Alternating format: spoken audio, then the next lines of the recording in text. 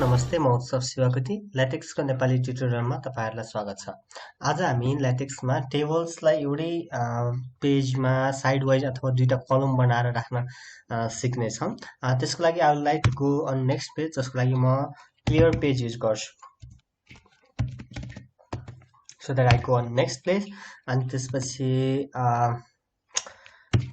Text big font जहाँनेरि चाहिँ म tables with mini page use गर्छु। हामीले अगाडि नै पिक्चर्स चाहिँ युज गरिसकेको छौं र म लेफ्ट पट्टिको लागि बिगिन फ्लस लेफ्ट युज गर्छु।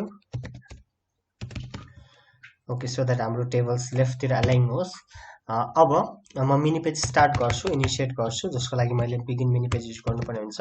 बिगिन इन्भाइरोमेन्ट नेममा mini page, type it here, त्यसपछि डिफाइन गर्नुपर्ने हुन्छ criteria.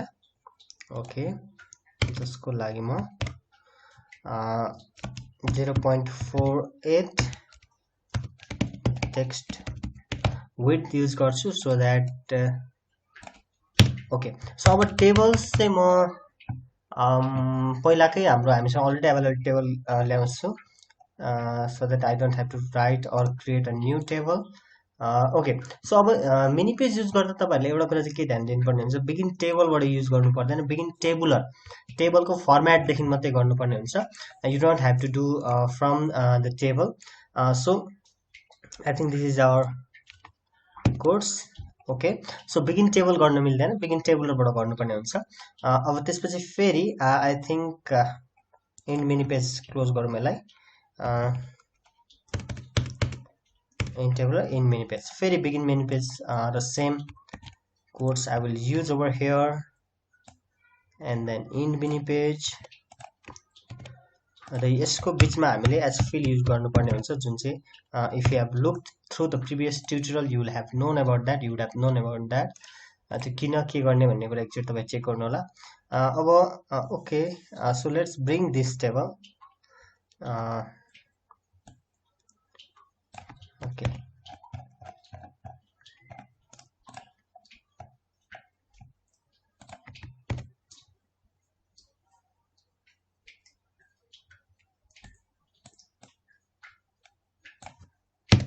okay, so let's run and see if it works।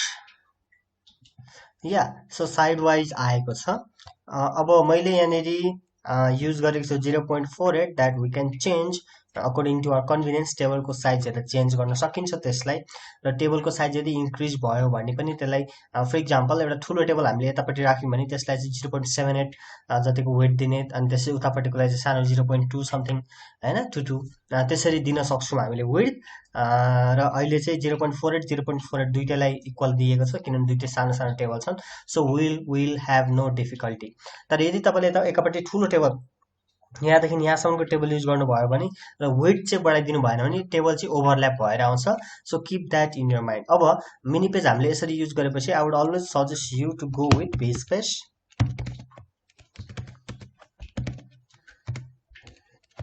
So लेन्थमा चाहिँ 2 सेन्टिमिटर युज गरौँ and let's run if it runs. Okay, so अब यसपछि हामीले उता लेखेको चाहिँ जस्तै anything we write will go अलिकति एउटा स्पेसिङ गरेर जान्छ। So I can't see more space over here, so that I would copy it over here and see if it works। yeah, so in flush left पछि हामीले use गर्दा यसलाई तल पुर्याएको छौं।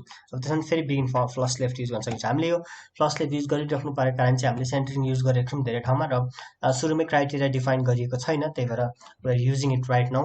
किनभने हामीले पेजलाई हामीले माथि केही पनि डिफाइन गरेको छैन, प्याकेजेसहरु पेजको वेट देखि लेन्थहरु सबै कुरा डिफाइन गर्नुपर्ने हुन्छ हामीले पेपर लेख्दाखेरि, तर त्यो केही पनि डिफाइन गरेको छैनौं हामीले, त्यसलाई चाहिँ लास्टमा भनेर राखेको छौं। सो त अब टेबल सक्यो, अरु कुराहरु पनि धेरै छन् सानो सानो, त्यो सबै सकेर फाइनल्ली गएर यो जुन टोटल हामीले बनाउँदै छौं अहिले चाहिँ लाइक 8 पेजेसको भएको रहेछ।